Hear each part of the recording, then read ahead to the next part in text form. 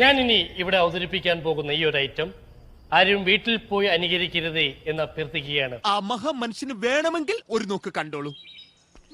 ചിരിക്കരുതേ. ഞാൻ പോണ്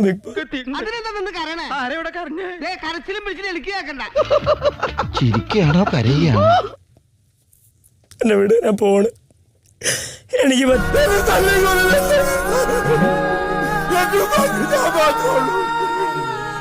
ഒരാവേശത്തിലെടുത്ത് ചാടി വേണ്ടായിരുന്നു അല്ലേ? വിട്ടവളി ആന പിടിച്ചാ കിട്ടൂ. പറ്റൂല, ഇങ്ങനെയുള്ള ആൾക്കാരോട് നിൽക്കാറുണ്ട്. എനിക്ക് പറ്റൂല. ഞാൻ എനിക്ക് വേണ്ടിട്ട്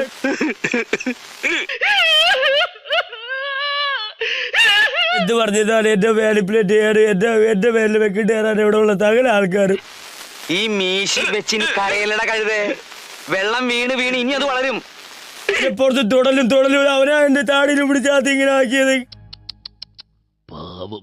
അപ്പൊ അവനാ തൊട്ടതല്ല, ആദ്യം തൊട്ടാ അറിയാതെ ഇടിച്ചു.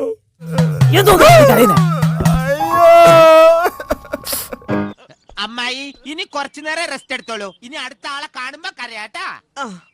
Flash back. നീ പുറത്ത് തൊട്ട് നോക്കടാ. നീ പുറത്ത് തൊട്ട് നോക്കടാ.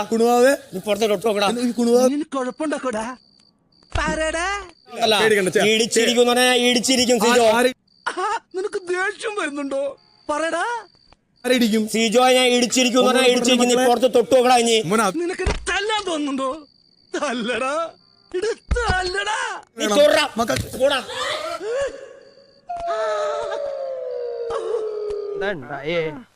എന്തിനാ ആളുകള് പടക്കം പൊട്ടിച്ചേ? ഇന്ന് വിഷുവാ. ഇതേതാ സ്ഥലം?